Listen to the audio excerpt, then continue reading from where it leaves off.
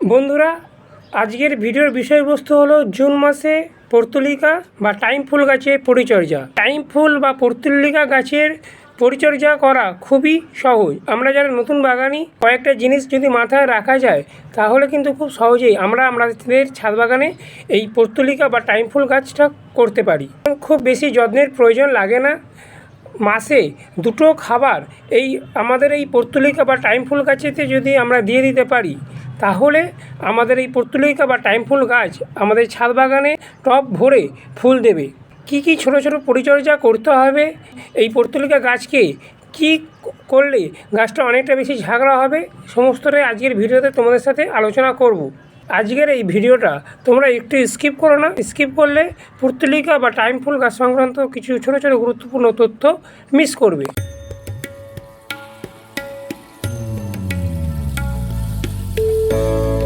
নমস্কার বন্ধুরা, সঞ্জয় হর্টিকালচার চ্যানেলে তোমাদের সবাইকে স্বাগত। বন্ধুরা, আজকে টাইটেল আর থাম্বনেল দেখে বুঝে গেছো যে আজকে আমি তোমাদের সাথে কি বিষয় নিয়ে আলোচনা করতে যাচ্ছি।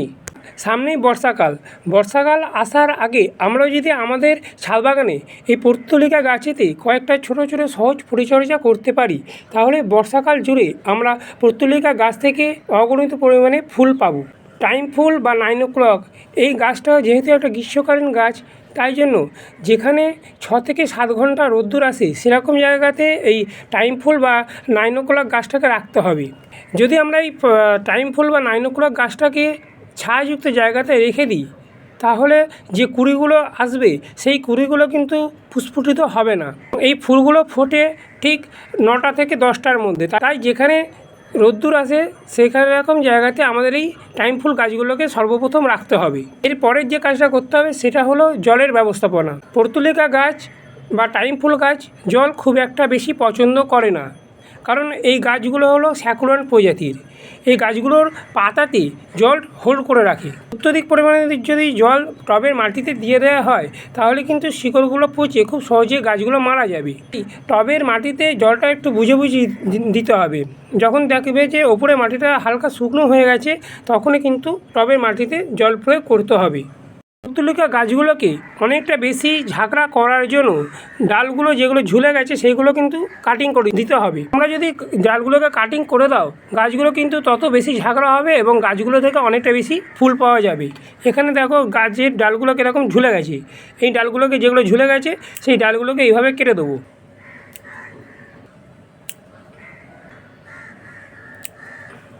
টবের বাইরে যে ডালগুলো বেরিয়েছিল সেই ডালগুলোকে আমি এইভাবে কেটে ফেললাম এবং এই ডালগুলোকে আমি কিন্তু ফেলবো না। এই ডালগুলোকে আবার পুনরায় আমি এই টবের মধ্যে প্রতিস্থাপন করে দেবো এবং এই ডালগুলো আবার ধীরে ধীরে শিকড় বেরিয়ে গাছটা অনেকটা বেশি ঝাঁকড়া হয়ে যাবে। সাথে সাথে টাইম ফুল বা পর্তুলিকা গাছেতে যখন ফুলগুলো ফুটে যাবে সেই ফুলগুলোকে তোমাদের কিন্তু কেটে ফেলে দিতে হবে। এই ফুলগুলো যদি তোমরা গাছের মধ্যে রেখে দাও তাহলে শুকিয়ে সেখান থেকে বীজ তৈরি হবে এবং এই বীজ তৈরি হয়ে যাওয়ার ফলে কিন্তু গাছেতে সেইভাবে ফুল আসবে না। যখনই দেখবে যে টাইম ফুল বা পর্তুলিকা গাছে ফুলগুলো শুকিয়ে গেছে তখনই তোমরা কিন্তু ফুলগুলোকে কেটে ফেলে দেবে। যত তোমরা পিঞ্চিং করবে পর্তুলিকা বা টাইম ফুল গাছে তত কিন্তু এই টাইম ফুল বা পর্তুলিকা গাছগুলো অনেকটা বেশি ঝাঁকড়া হবে। যে কাটা ডালগুলো দেখছো এই ডালগুলো আমি এই টবের মধ্যে এইখানে যে জায়গাগুলো ফাঁকা আছে সেই ফাঁকা জায়গাগুলোতে এইভাবে আমি বসিয়ে দেবো। পর্তুলিকা গাছগুলো প্রতিস্থাপন করার জন্য কীরকম টবের দরকার লাগে, আমি এখানে দেখো একটা ফ্ল্যাট টব নিয়ে নিয়েছি। এবং ফ্ল্যাট টবও তোমরা পর্তুলিকা গাছের জন্য নিতে পারো অথবা 6 ইঞ্চি বা 8 ইঞ্চি টবও পর্তুলিকা গাছের জন্য তোমরা নিতে পারো। পর্তুলিকা গাছকে প্রতিস্থাপন করার জন্য কীরকম ধরনের মাটিতে পর্তুলিকা গাছগুলো প্রতিস্থাপন করতে হবে একটু তোমাদের সংক্ষেপে বলে দিই।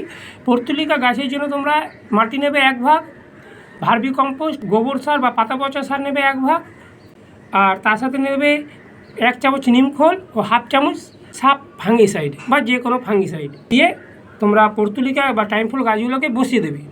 ব্যাস, আর কোনো কিছু করার দরকার নেই। আর এখন যে আমি খাবারটা দেখাচ্ছি সেই খাবারটা তোমরা গাছ লাগাবার 15 দিন পর থেকে যদি প্রয়োগ করতে পারো তাহলে কিন্তু তোমাদের গাছগুলো অনেকটা বেশি ঝাঁকড়া হবে এবং গাছ হচ্ছে তোমরা ফুল পাবে। পর্তুলিকা গাছে রোগ ও পোকা বলতে এই পর্তুলিকা গাছে মিলিবাগের আক্রমণ অনেক বেশি পরিমাণে হয়। গাছের এই যে কাণ্ড দেখছো, এই কাণ্ডগুলোর মধ্যে মিলিবাগের আক্রমণ হয়। তাই মিলিবাগের আক্রমণের হাত থেকে পর্তুলিকা গাছকে বাঁচাবার জন্য মাসে 2বার করে যে কোনো জৈব কীটনাশক যেমন নিম অয়েল বা কাকা এই ধরনের কীটনাশক 1 লিটার জলে 30 ফোঁটা দিয়ে সন্ধ্যের দিকে যদি স্প্রে করে দেওয়া যায়, তাহলে কোনো রকম মিলিবাগ বা জাপ পোকা এই ধরনের পোকামাকড়ের আক্রমণ হবে না। আর ফাঙ্গাসজনিত কারণের জন্য পত্রিকা গাছগুলো মারা যায়। এই ফাঙ্গাসজনিত কারণ কিসের জন্য হয় না, অত্যধিক পরিমাণে জল দেওয়ার ফলে গাছের শিকড়গুলো পচতে আরম্ভ করে এবং ফাঙ্গাস লাগতে আরম্ভ করে। তাই জলটা যখনই তোমরা পত্রিকা গাছে টবেতে দেবে, তখন কিন্তু জলটা বুঝে বুঝে দেবে, তাহলে কিন্তু ফাঙ্গাস লাগার যে লক্ষণ সেটা লক্ষ্য করা যাবে না। এবারে বলি যে পত্রিকা গাছেতে আমরা কী ধরনের খাবার প্রয়োগ করব এবং কী ধরনের খাবার প্রয়োগ করলে গাছটা অনেকটা বেশি ঝাঁকড়া হবে এবং আগামী দিনে এই গাছ থেকে আমরা অনেক বেশি পরিমাণে ফুল পেতে পারবো। খাবারটা বানাবার জন্য এখানে প্রথমে আমি নেব NPK 10-26-26 এরকম 1 চামচ 1 লিটার জলে আধ ঘন্টা মতো এটাকে ভিজিয়ে রাখবো। আধ ঘন্টা মতন এই NPK 10-26-26টা আমি জলের মধ্যে ভিজিয়ে রেখেছিলাম, যাতে জলের সাথে দানাগুলো খুব ভালোভাবে মিশে যায়। এখানে দেখো একটা ফ্ল্যাট টব আছে আমার 8 ইঞ্চির, আর এখানে 6 ইঞ্চির একটা টব আছে। এই দুটো টবের মধ্যে আমার পত্তলিকা গাছ আছে। তা দুটো টবের মধ্যে আমি একটা টবেতে এরকম যে অনুষ্ঠান বাড়ির কাপ, এই অনুষ্ঠান বাড়ির কাপে 1 কাপ করে দিয়ে দেবো। মাসে 2বার দুটো খাবার আমাদের পত্তলিকা গাছের মাটিতে প্রয়োগ করতে হবে। একটা হলো NPK 10-26-26, একটা হলো এই জিনিসটা। এটার মধ্যে আছে তোমার আলুর খোসা, 2টো ডিমের খোসা আর একটা কলার খোসা। এটার মতো এখানে প্লেন জল নিয়ে নিয়েছি। এই প্লেন জলেতে 2টো আলুর খোসা, 2টো ডিমের খোসা, 2টো পাকা কলার খোসা দিয়ে এই জলটাকে 3-4 দিন ডিকম্পোস্ট করতে দেবো। 3-4 দিন ডিকম্পোস্ট হয়ে যাওয়ার পর এরকম যে অনুষ্ঠান বাড়ির কাপ, এই অনুষ্ঠান বাড়ির কাপের 1 কাপ করে আমাদের এই পর্তুলিকা গাছে টবের মাটিতে দিয়ে দিতে হবে।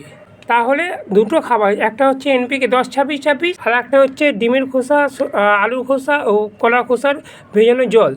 এই দুটো খাবার যদি আমরা মাসে 2বার করে ঘুরিয়ে ফিরে আমাদের পর্তুলিকা গাছেতে দিতে পারি, তাহলে আমাদের পর্তুলিকা গাছগুলো যেরকম সর্বগুণ সম্পূর্ণ একটা পুষ্টিযুক্ত খাবার পাবে, তার সাথে সাথে গাছটা হবে অনেকটা বেশি ঝাঁকড়া এবং সবুজ ও প্রাণবন্ত। টবের মধ্যে কিছু আগাছা জন্মায়, এরকম ঘাস প্রজাতীয় কিছু আগাছা জন্মায়। এই আগাছা যদি তোমাদের পর্তুলিকা গাছে টবে মাটিতে থাকে, তাহলে কিন্তু তোমরা এইভাবে তুলে ফেলবে। আমরা যখন খাবার দেবো, সেই খাবারগুলো কিন্তু আমাদের পর্তুলিকা গাছ গ্রহণ করতে সহজে পারবে না, কারণ এই আগাছাগুলো এই খাবারগুলো গ্রহণ করে নেবে। টবের মাটিতে যখনই দেখবে এরকম ঘাস প্রজাতীয় কোনো আগাছা আছে, সঙ্গে সঙ্গে তোমরা সেগুলোকে তুলে ফেলে দেবে। বন্ধুরা, এটা ছিল জুন মাসে পর্তুলিকা গাছের পরিচর্যা সংক্রান্ত বিষয় আলোচনা। যদি আমার এই ভিডিওটা তোমাদের এতটুকু উপকারে লাগে, তাহলে অবশ্যই ভিডিওটাতে একটা লাইক দিও এবং চ্যানেলটাকে সাবস্ক্রাইব করে আমার পাশে থেকো। পাশে থাকা যে বেল আইকনটা সেটা প্রেস করে দিও। প্রেস করে দিলে আমি যখন নতুন নতুন ভিডিও আপলোড করব, যাতে সহজে তোমাদের কাছে খুব তাড়াতাড়ি পৌঁছে যেতে পারি। সবাই তোমরা খুব ভালো থেকো এবং সুস্থ থেকো। নমস্কার।